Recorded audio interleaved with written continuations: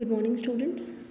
We are doing a poem, The Sea and the Skylark, and this is the final video of this poem.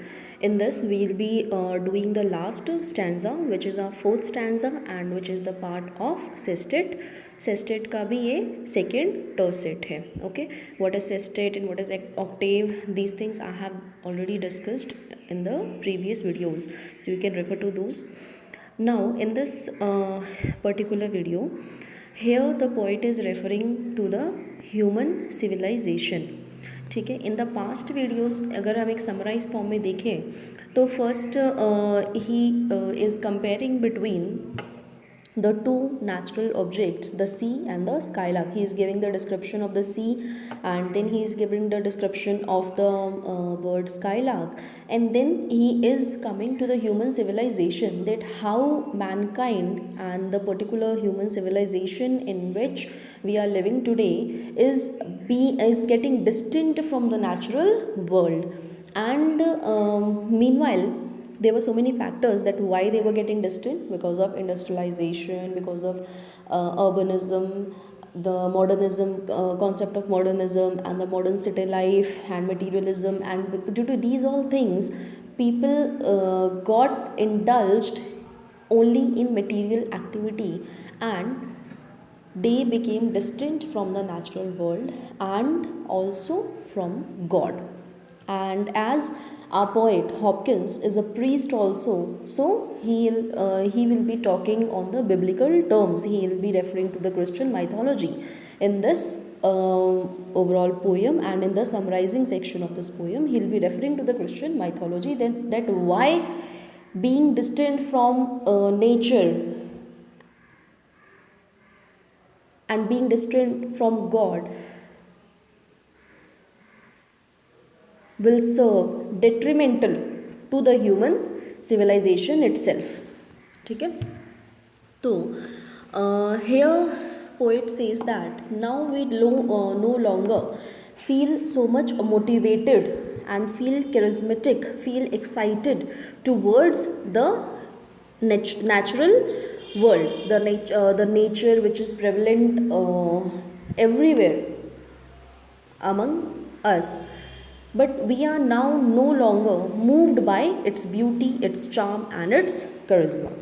Now moving to the poem, the poet says in the last stanza, have lost that cheer and charm of earth's past prime, our make and making break, are breaking down to man's last dust, drain fast towards man's first slime. Okay, have lost that cheer and charm. Here, the poet is completely referring to the human civilization, to the humanity, and he says that now people are no longer enjoying the beauty of the nature, have lost that cheer. Cheer means happiness, and charm means attraction of earth's past prime. Prime means youth. ठीक है, past जो पहले हुआ करता था. ठीक है, इसमें कवि ये कहना चाह रहे हैं कि जो मनुष्य है आज का, जो ह्यूमन सिविलाइजेशन जो हो गई है आज के समय की, कंटेम्प्रेरी टाइम की, he is talking to that.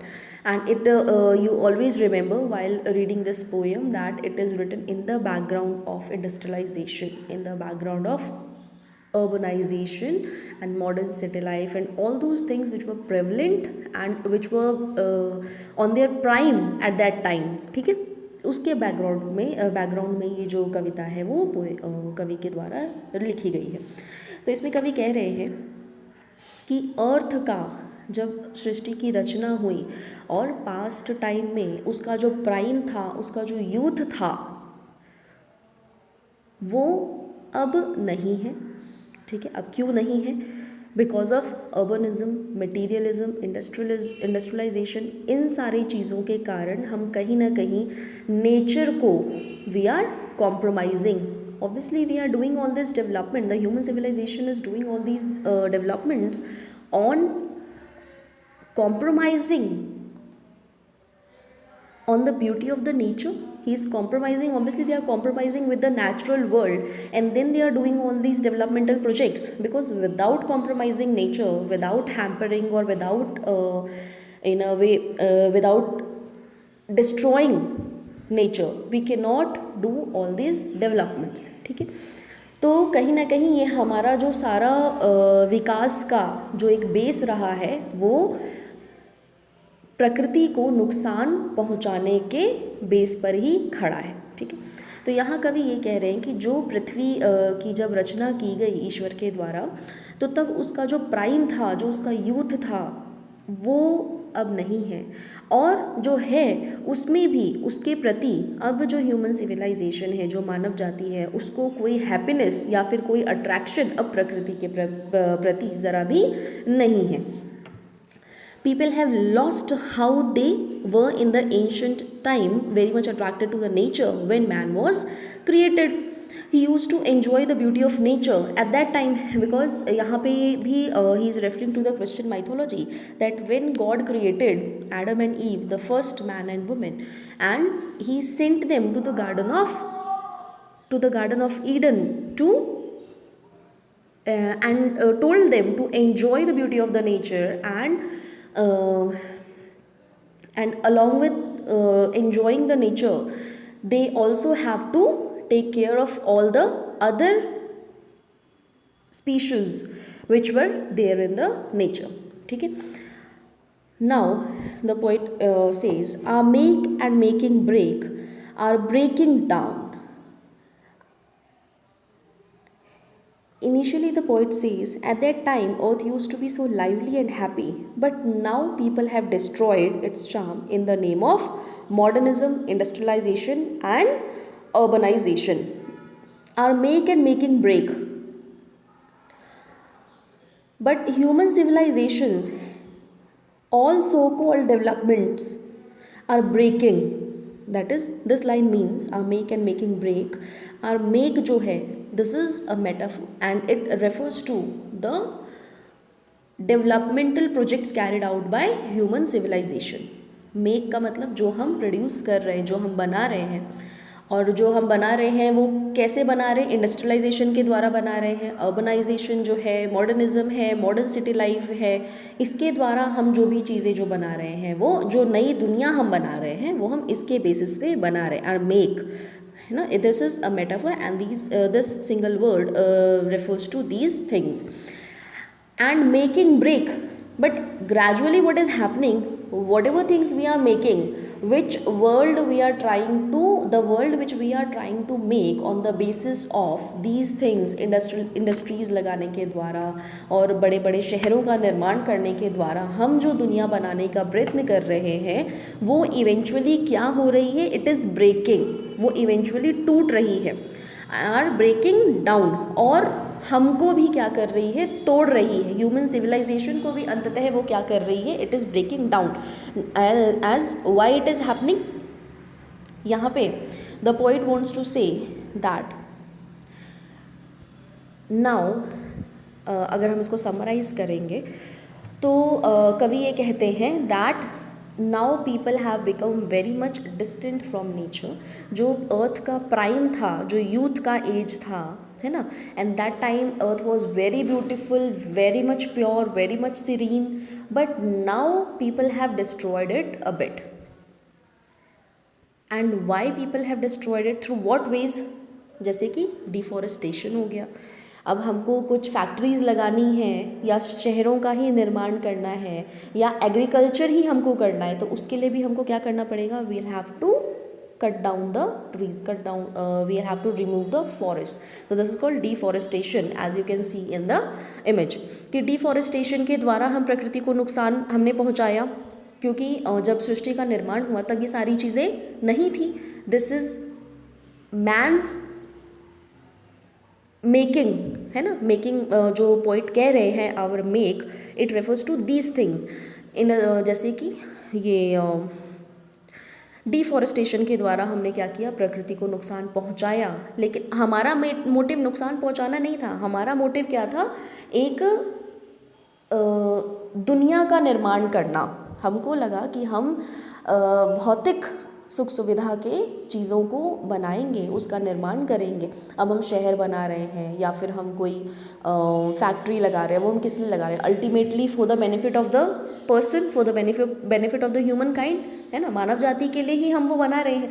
तो हमारा मोटिव था उसको बनाना, लेकिन इस प्रोसेस के दौरान प्रकृति को बहुत नुकसान हुआ, और जिसकी कि हमने क्या की? अनदेखी की। We didn't gave the nature its due respect and we carried on these things। Deforestation हो गया, इसके द्वारा हमने प्रकृति को बहुत ज़्यादा नुकसान पहुंचाया। Then it came industrialisation, industries लगा के, बहुत बड़ी बड़ी फैक्ट्रीज़ को लगा करके हमने क्या किया? प्रकृति को नुकसान पहुंचाया। Obviously you all very well know the harmful effects of the negative impacts of the industrialization। उसका क्या क्या impact हुआ in the nature, और कैसे इसने क्या किया? नेचर को तहस नहस कर दिया।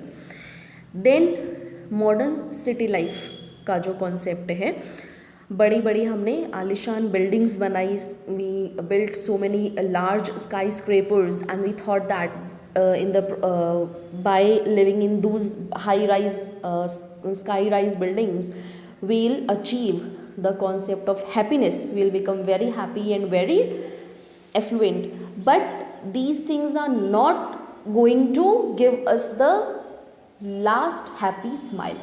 ठीक है, एंड क्यों नहीं ये हैप्पीनेस देंगी, ये कवि जो है वो लास्ट लाइन में अभी बताएंगे। जैसे हमने मॉडर्न सिटी लाइफ का कॉन्सेप्ट बनाया, this is also very much detrimental to the nature. And then urbanism का जो टोटल कॉन्सेप्ट है, that developing urban cities, proper roads होंगे, shopping complexes, malls and proper transportation systems, है ना, very well equipped transportation systems, and the most, जिसे कहें जो भी सुख सुविधा बिल्कुल अल्टीमेट लेवल की, we can even imagine, a person can even imagine, are provided in these cities.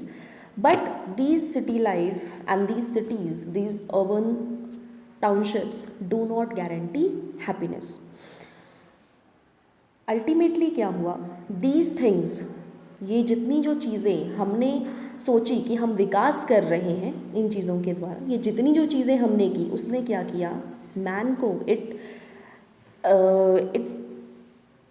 Made man distant from nature. जो असली नेचर था, हमको जिसके करीब होना चाहिए था, उससे क्या किया? मनुष्यों को इन सारी चीज़ों ने दूर कर दिया। ठीक है, एंड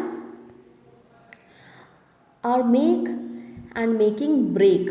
ठीक है, इसने अल्टीमेटली क्या किया? These things are make means the industrialisation, urbanisation and all these things are ultimately breaking what? Breaking the human civilization by, in what way? By making it distant from the natural world, and it is taking man to a place। अब ये last line में कवि क्या कह रहे हैं कि ये सारी चीज़ें जो है वो अल्टीमेटली मैन को कहाँ लेकर के जा रही हैं? To man's last dust. Dust means धूल, means death. To man's last dust, drain fast towards man's first slime। drain means moving, खाली करना, एक यहाँ पे एक तरह से मूव करना, sorry, moving fast towards man's first slime। slime means beast, dirt या sin, towards man's first sin। Now poet here simply wants to say, he is referring to the Christian mythology and to the biblical term, and he is referring to the man's first sin। अब ये क्या है? I'll be discussing it।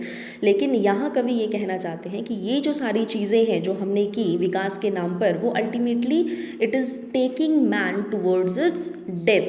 वो मनुष्य को क्या कर रही है? अपने last dust, dust means death, वो मैन को वहाँ ले करके, dust here is metaphor, it is taking mans to last towards his death, towards his last breath, and moving very fast, and these all things are draining fast towards, moving very fast towards human civilisation को ले करके जा रही है towards man's first slime metaphor. This means this thing, man's first slime, slime means sin. अब जो पहला सिन उसने किया था वो उसकी तरफ उसको लेकर के जा रही है। Now here is the example that how Hopkins is a priest also that वो प्रीस्ट हैं तो वो बार बार क्या करेंगे, क्रिश्चियन माइथोलॉजी का इसमें रेफरेंस देंगे. अब मैंस फर्स्ट स्लाइम या फर्स्ट सिन क्या था?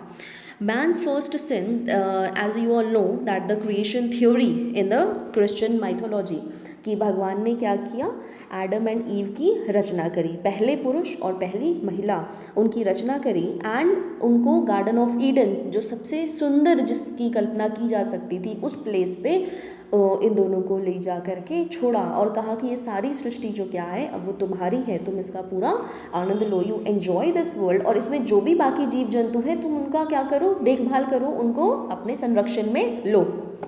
लेकिन एक उन्होंने शर्त रखी, that you don't eat the forbidden fruit from that tree. एक पेड़ था वहाँ पे, एक भगवान ने मना किया कि भाई ये जो पेड़ है इसका फल तुम लोग मत खाना, ठीक है. लेकिन क्या हुआ कि सैटर्न का इफेक्ट था, as you can see in the image, ये पेड़ पे सैटर्न जो है वो सांप का भेष लेकर के आता है, और इसमें और भी बहुत सारे फैक्टर्स हैं, but to summarize I can say you कि सैटर्न के इम्पैक्ट के कारण क्या हुआ, they ate that fruit, they ate the forbidden fruit, जो कि भगवान ने वो चीज़ करने से उनको मना किया था और उन्होंने वो चीज़ करा. They ate that forbidden fruit and indulged themselves in the sinful act. जो सिनफुल मतलब जो एक्ट था जो उनको नहीं करना था, ये दे इंडल्ज्ड इन दैट एक्टिविटी. तो ये क्या माना जाता है, मैंस फर्स्ट सिन, ठीक है. और इसी को फिर क्या माना जाता है क्रिश्चियन माइथोलॉजी में, कि फिर भगवान को क्या है, जीसस क्राइस्ट को जन्म लेना पड़ा, और उन्होंने जो भी दुनिया में आकर के जो कष्ट सहे, जो मुश्किलें सही, वो इस सिन के कारण सही, ठीक है. और इसी के द्वारा इनका जो जीवन मरण का कॉन्सेप्ट है क्रिश्चियन माइथोलॉजी का, ये इसके ऊपर बेस्ड है कि उन्होंने जो पहला अपराध किया, सिन मतलब अपराध, पाप, ठीक है, it was there first sin done by Adam and Eve. तो here the poet says man's first slime. Here the poet says that human civilization, उन्होंने तो क्या किया था, फॉरबिडन फ्रूट को खाया था.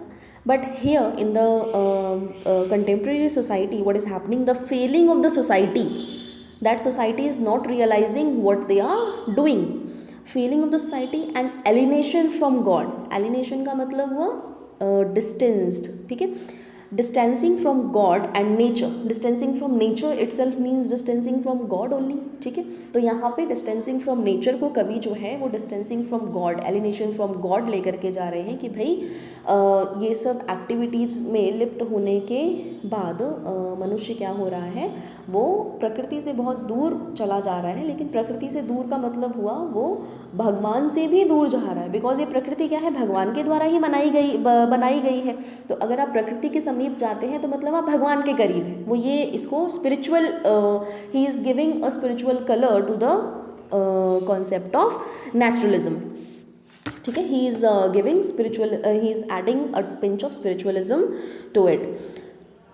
तो यहाँ पर poet says that the present human civilization, humanity has become very weak, in contrast to the sea and the skylark who remain too old to end. जैसे कि हमने पहले ही देखा था कि ये अभी मतलब ये कभी ना खत्म होने वाले हैं. जो भगवान के द्वारा बनाई गई दुनिया है वो कभी ना खत्म होने वाली है. लेकिन ह्यूमन सिविलाइजेशन जो है that has become very weak because of its corruption and because of its distancing itself from nature and gradually distancing itself from God. Hopkins loses his faith in humanity's restoration in God, and he says that these all things, alienation from nature and alienation from God, is moving man towards taking man towards his death, and the sin which is done by contemporary human society is inevitable. Its result will be inevitable, and the entire human civilization will have to go through its impact. ठीक है. तो this was the poem Sea and the Skylark by G.M. Hopkins.